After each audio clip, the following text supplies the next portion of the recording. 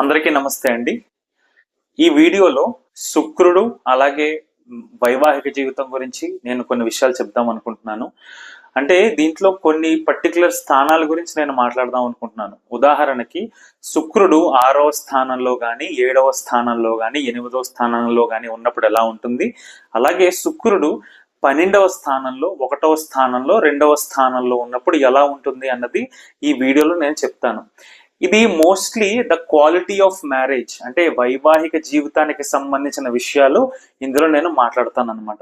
12వ స్థానం, 1వ స్థానం, 2వ స్థానం కూడా చాలా చాలా ఇంపార్టెంట్. ఎందుకు వాటిని కూడా ఇంక్లూడ్ చేస్తున్నాను అంటే, ఎప్పుడైనా సరే 1వ స్థానము అంటే లగ్నం అనేది చాలా చాలా ముఖ్యం అండి. మనకి ఏ స్థానాధిపతి ఎలా ఉన్నా, ఏ స్థానం ఎలా ఉన్నా కూడా లగ్నాధిపతి ఒక్కళ్ళు బలంగా ఉండి లగ్నం బాగుంటే మనకి 75% అంతా బాగున్నట్టే అనమాట. అంటే మనకి పరిస్థితులు ఎలా ఉన్నప్పటికీ కూడా మనం దాన్ని చాలా పాజిటివ్ గా మార్చుకునే సిచ్యువేషన్ మనకి కలుగుతూ ఉంటుంది. సో లగ్నాధిపతి అంటే మన సెల్ఫ్ కదా, మన ఇంటెలిజెన్స్, మన మన థాట్, మన ఆలోచనలు, ఇవన్నీ కూడా లగ్నాధిపతి సూచిస్తారు. సో లగ్నం కూడా మనం దాన్ని బట్టి తీసుకోవాలి. సో లగ్నంలో ఎప్పుడైనా శుక్రుడు ఉన్నారు అంటే, శుక్రుడు అంటేనే ఉన్న గ్రహాల కన్నా అతి అద్భుతమైన గ్రహం. ఎందుకు అంటే శుక్రుడు ఆనందాన్ని సూచిస్తారు.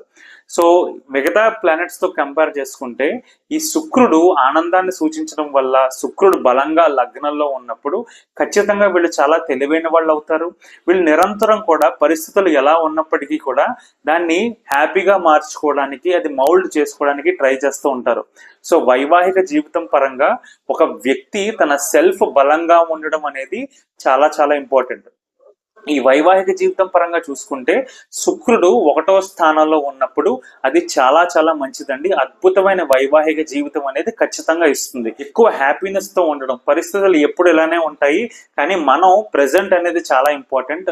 పాస్ట్ గురించి మనం అస్తమాటో ఆలోచించుకోకూడదు అన్న ఉద్దేశంలో వీళ్ళు ఎప్పుడు కూడా చాలా మంచిగా ఉండడానికి ప్రయత్నిస్తారు. వీళ్ళ ఆలోచనలు కూడా చాలా అద్భుతంగా ఉంటాయి. 2వ స్థానం అంటే కుటుంబ స్థానం. ఇక్కడ పెళ్లికి కుటుంబానికి సంబంధం ఏంటి అంటే, మనకి కుటుంబం అనేది ఏర్పడాలి అంటే పెళ్ళి అవ్వాలి కదా. మన సొంత కుటుంబం ఏర్పడాలి అంటే మనకి పెళ్ళి అవ్వాలన్నమాట. అయితే 2వ స్థానం ఇంకొక దాన్ని కూడా సూచిస్తుంది. అదేంటి అంటే, మనం పుట్టిన తర్వాత స్కూల్కి జాయిన్ అయ్యే ముందు మన తల్లిదండ్రుల ద్వారా మనకు వచ్చే జ్ఞానం అనమాట.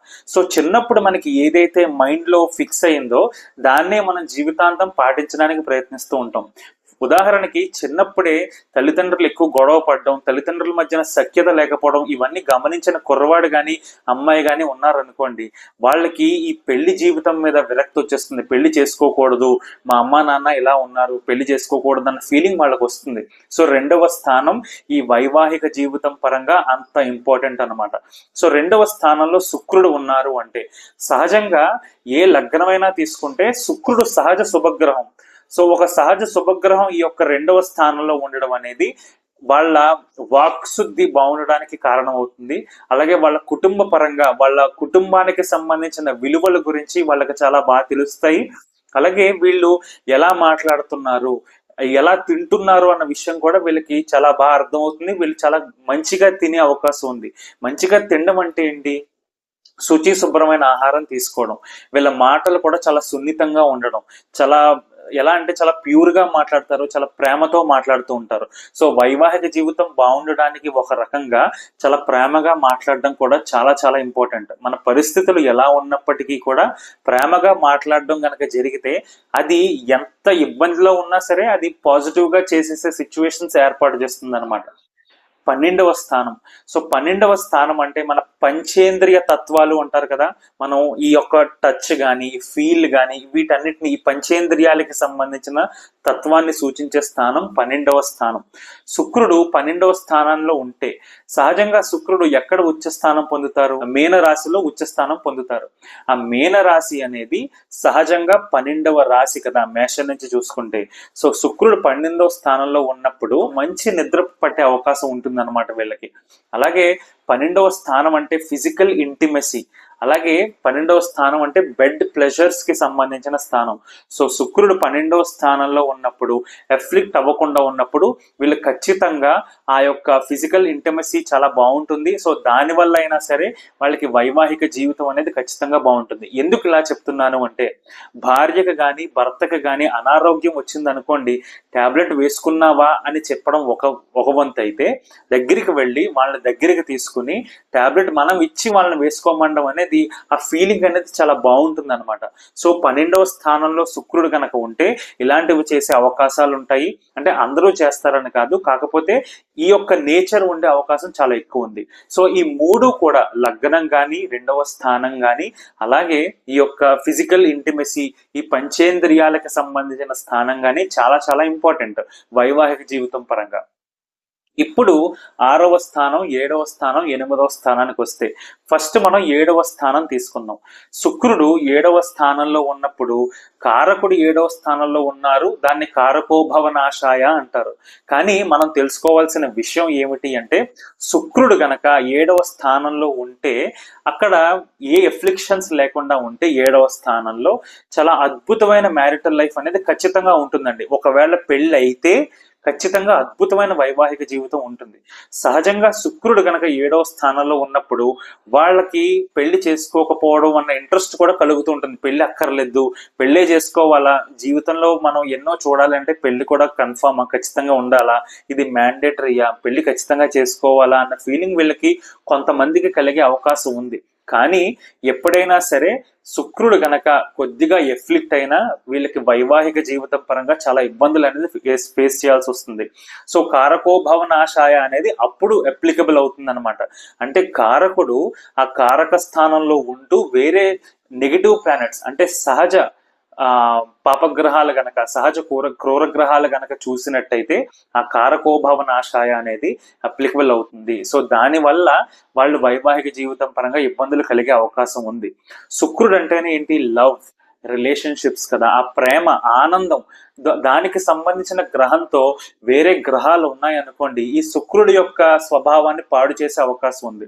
ఉదాహరణకి కుజుడు ఉన్నారనుకోండి, కుజుడు ఏ గ్రహంతో ఉన్నా కూడా ఆ గ్రహానికి సంబంధించిన కారకత్వాలు కానీ వాటిని ఏం చేస్తారు అంటే కొంచెం రెచ్చగొట్టే ధోరణిలో ఉంటుందన్నమాట. సో మనం ఉన్నదానికన్నా మనం తక్కువ ఉండకూడదు, ఉన్నదానికన్నా అతిగా ఎక్కువ కూడా ఉండకూడదు. కానీ ఈ కుజుడు ఏం చేస్తారు అంటే ఉన్నదానికన్నా కొంచెం ఎక్కువ ప్రొవోక్ చేసే సిచ్యువేషన్ ఉంటుంది. దానివల్ల ఇప్పుడు మనకి ప్రేమ కూడా ఎక్కువైపోయినా, కామం కూడా ఎక్కువైపోయినా ఇవన్నీ కూడా చాలా ఇబ్బందులకు దారితీస్తుంది అనమాట. సో శుక్రుడు ఎప్పుడు కూడా సింగిల్ గా ఉండడం 7వ స్థానంలో చాలా మంచిది. కాకపోతే వీళ్ళకి దశలు కూడా మనం చూసుకుంటూ ఉండాలి. దశ కరెక్ట్ గా ఉందనుకోండి, వాళ్ళకి వెంటనే మ్యారేజ్ అయ్యే అవకాశం ఉంది. లేదు అంటే ఈ 7వ స్థానంలో కరెక్ట్ గా మధ్య డిగ్రీలో ఉన్న శుక్రుడు కనుక ఉంటే వీళ్ళకి మ్యారేజ్ కొంచెం లేట్ అయ్యే అవకాశాలు ఉన్నాయి. లేట్ అంటే ఒక 28 తర్వాత అయ్యే అవకాశాలు ఉన్నాయి. ఒకవేళ అయితే ఎఫ్లిక్షన్స్ లేకపోతే ఖచ్చితంగా అద్భుతమైన మ్యారిటల్ లైఫ్ అనేది వీళ్ళకి ఉంటుందండి.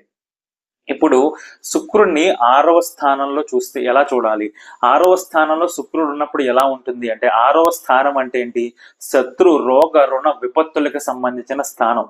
సో 6వ స్థానంలో శుక్రుడు అంత సరిగ్గా ఉండకపోవచ్చు, శుక్రుడు 6వ స్థానంలో ఉన్నప్పుడు అంత పాజిటివ్ గా ఉండకపోవచ్చు. ఇది కేవలం వైవాహిక జీవితం పరంగానే నేను మాట్లాడుతున్నాను.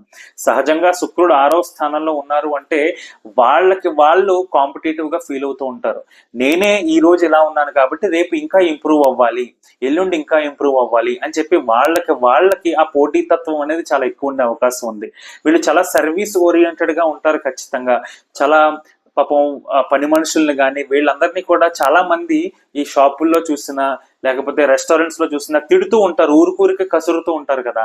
శుక్రుడు 6వ స్థానంలో ఉన్న వాళ్ళు అలా చూడరు, చాలా పాజిటివ్ గా చూస్తారు, చాలా మంచిగా వాళ్ళని అప్రోచ్ అవుతారు, వాళ్ళకి చెప్పే విధానంలో చెప్తూ ఉంటారు అనమాట. ఇదంతా పాజిటివ్ సైడ్. కాకపోతే ఇప్పుడు వైవాహిక జీవితానికి సంబంధించి మనం చూసుకుంటే 6వ స్థానం అనేది 7వ స్థానం నుంచి 12వ స్థానం అవుతోంది. అంటే 7వ స్థానం అంటే మనకి వైవాహిక జీవితం కదా, 7 నుంచి 12 స్థానాల దూరం చూసుకుంటే 6వ స్థానం అంటే లాస్ ఆఫ్ మ్యారేజ్ ని 6th హౌస్ సూచిస్తుంది అనమాట. శుక్రుడు కనుక 6వ స్థానంలో ఉన్నప్పుడు ఖచ్చితంగా ఇబ్బందులు అనేవి ఫేస్ చేయాల్సి వస్తుందండి. ఒక రకంగా చూసుకుంటే వాళ్ళు అంత పాజిటివ్ అప్రోచ్ ఉండకపోవచ్చు వైవాహిక జీవితం పరంగా. ఇంకా ఎఫ్లిక్షన్స్ ఉన్నాయి అంటే అది ఇంకా ఇబ్బందికరం. సో వాళ్ళకి ఎయిదర్ ఈ ఫిజికల్ ఇంటిమసీ అనేది అంత పాజిటివ్ గా ఉండకపోవచ్చు, అంటే వాళ్ళకి అంత ఫిజికల్ అట్రాక్షన్ అంత ఎక్కువ ఉండకపోవచ్చు. ఆ ఇబ్బందులు అనేవి వీళ్ళు ఫేస్ చేస్తూ ఉంటారు. ఆ హార్మోనల్ ఇష్యూస్ కానీ హార్మోన్స్ కి సంబంధించిన ప్రాబ్లమ్స్ కానీ ఫేస్ చేస్తూ ఉంటారు. 6వ స్థానంలో ఉన్న శుక్రుడు ఎప్పుడు ఇలానే ఉంటారు అంటే అలా కాదండి. 6వ స్థానంలో వీక్ గా ఉన్నప్పుడు. మరి వీక్ గా ఉండడం స్ట్రాంగ్ గా ఉండడం ఏంటి అంటే మీరు భావబలాన్ని చూసుకోవాలి, అలాగే మీరు ఆ షడ్బలాన్ని కూడా చూసుకోవాలి. దాన్ని బట్టి ఒక గ్రహం బలంగా ఉందా బలహీనంగా ఉందా అన్నది మనం చూసుకుంటూ ఉండాలి. ఇప్పుడు శుక్రుడు గనక 6వ స్థానాధిపతితో కలిసి ఉన్న 6వ స్థానాధిపతి శుక్రుడిని చూసినా ఇది చాలా ఇబ్బంది పెట్టే అవకాశాలు ఉన్నాయి.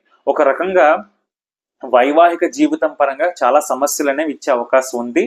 ఎప్పుడైనా సరే మీరు శుక్రుడితో పాటు మీరు 7వ స్థానాధిపతిని కూడా మీరు పరిగణించాలి.